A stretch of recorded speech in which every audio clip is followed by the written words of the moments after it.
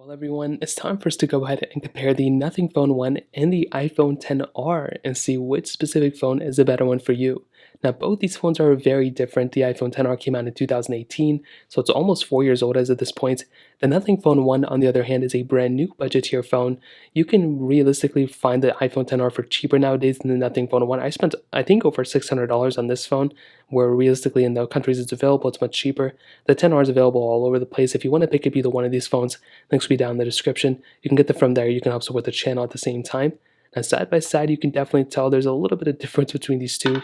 The iPhone XR on the front has a 6.1-inch IPS panel on it. Now, I will probably tell you it's a decent panel. It's like a 750p panel, so it's not OLED, and it's a fairly low resolution for phones nowadays. But it's not a bad panel. If I had to use this phone every day, I think I'd be totally okay with it. Now, would it be the first phone I would recommend and the first phone I'd use in terms of display? Probably not. You still have a notch. You still have pretty thick bezels on the side. But I do understand what Apple was doing. You have to remember, this is a 4-year-old phone as of this point.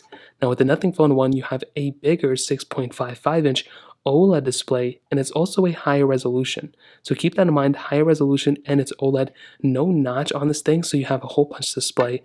Very little bezel around the whole entire display, but the best thing about it is that it is a 120 hertz panel. Now, iPhones and even the iPhone XR has a pretty solid 60 hertz display. It's fairly smooth, very low glitches on the operating system.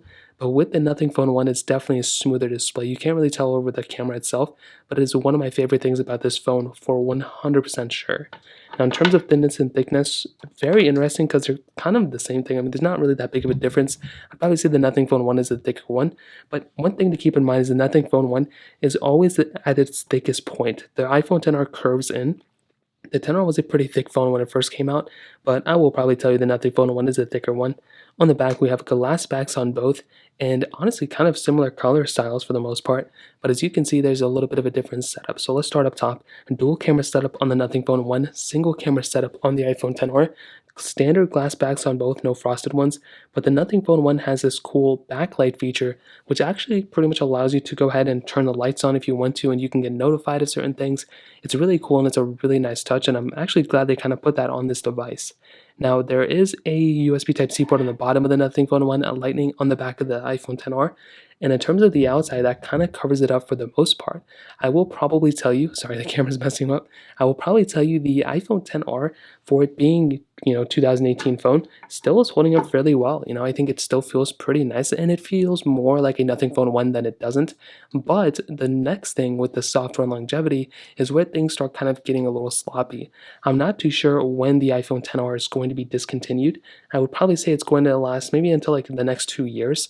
With the Nothing Phone 1, though, I mean, this phone theoretically could end up lasting longer, but Nothing is a very new company, so we don't know how long these phones could actually last. We've seen a lot of companies come and go. We've seen a lot of them offer software updates and then, kind of fall out. So we don't know for a fact when this phone is going to be discontinued. If I had to guess, I'd probably say, maybe we'll get 3 years of, software updates, but keep it with a grain of salt. Like I mentioned, I'd probably tell you that this phone is at least getting 2 years. So, Android 14, Android 13, and Android 14, maybe 15 if we're lucky. If it lasts longer, great. But once the Nothing Phone 2 and Nothing Phone 3 come out, I'll feel a little bit more comfortable where this phone stands. So that kind of covers it up there. And now let's go into a speed comparison between both these phones. The Nothing Phone 1 has that Qualcomm Snapdragon 778G Plus chipset inside of it, with 8 gigs of RAM on the base model. It does go up to 12. This one has 8. With the iPhone XR has that Apple A12 bionic chip inside of it with 3 gigabytes of RAM. So let's go and see which one is the faster one between both of these. Okay, there we go. Let's go and hop out of the apps in the background. They're all cleared here, and they're all cleared here. So let's get into it. Phone calls 3, 2, 1. Okay, iPhone XR was faster there. App Store 3, 2, 1. Nothing Phone 1 is faster. And the App Store is always faster on some of these phones, like the Androids. Scrolling through, you can see both are fairly smooth. They're both doing a pretty good job. Hopping out of these two, let's go and get into camera. 3, 2, 1. Okay, there we go. We got into it. Let's go and take a photo. And kind of the same thing. Let's go and get into the photo. Faster on the Nothing Phone 1 just by a little bit. Let's go and get into their Photos application. 3, 2, 1. Definitely faster on the Nothing Phone 1 there. Hopping out of these two, we can go and get into some of these third-party applications. Snapchat. 3, 2, 1. Okay. Nothing Phone 1 was definitely the faster one there. Let's go ahead and get into, we can try Genshin Impact. I mean, that's a pretty big game. 3, 2, 1. Now, like I said, this is a big game. I've played these games separately on both these phones, and I've had a great time with them. I've always found that the iPhones do, I don't know why they always do a little bit of a better job than some Android phones, but if you're using something like a Galaxy S22, the screen and everything looks so good there. You can see the iPhone 10R actually got into this panel faster than the Nothing Phone 1, which is very strange, but maybe that's an edge for the iPhone 10R that I wasn't expecting. We can go ahead and try another game, but honestly, it looks like we're kind of running out of apps here, which is very strange. We can go ahead and try actually downloading the application. Now, I wanted to go ahead and do this with something, maybe a little bit more up to date, but this more so has something to do with, download speeds than anything else. But we can go ahead and try downloading Roblox as an example. So if I go and click here, so we can try downloading Candy Crush. So we'll just download it here, and we will download it here. So we'll just get into it. 3, 2, 1. Now, like I said, this mostly has to do with Wi-Fi speeds and everything, but I'm still curious to see which one is the fast one. You can see the Nothing Phone 1 pretty much came through all over the place. The iPhone 10R, completely different story. I was not expecting this one to be this much slower in terms of downloading, but I've also seen very slow downloading speeds on my iPhone sometimes as well. So, as you can see, take it as you will, but if you're trying to download a bunch of applications, you may be getting a better performance on something like a Nothing Phone 1 than on the iPhone 10R, at least for my example. And it's weird this phone just gets stuck there. We're on the same Wi-Fi, the same 5G connection, so it's strange we're stuck there.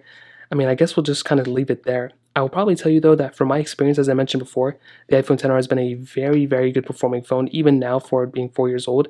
But I would probably say the iPhone 10R maybe a little bit slower than something like the Nothing Phone 1, at least from the tests that I've done, separately too. So that kind of covers it up there. In terms of the camera setup, the iPhone 10R, as I mentioned before, has a single wide-angle lens, where the Nothing Phone 1 has a dual camera setup, a wide and an ultra-wide sensor.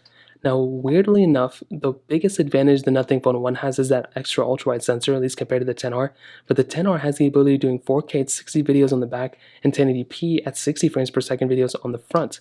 The Nothing Phone 1 can only do 4K at 30 on the front and 1080p at 30 on the front.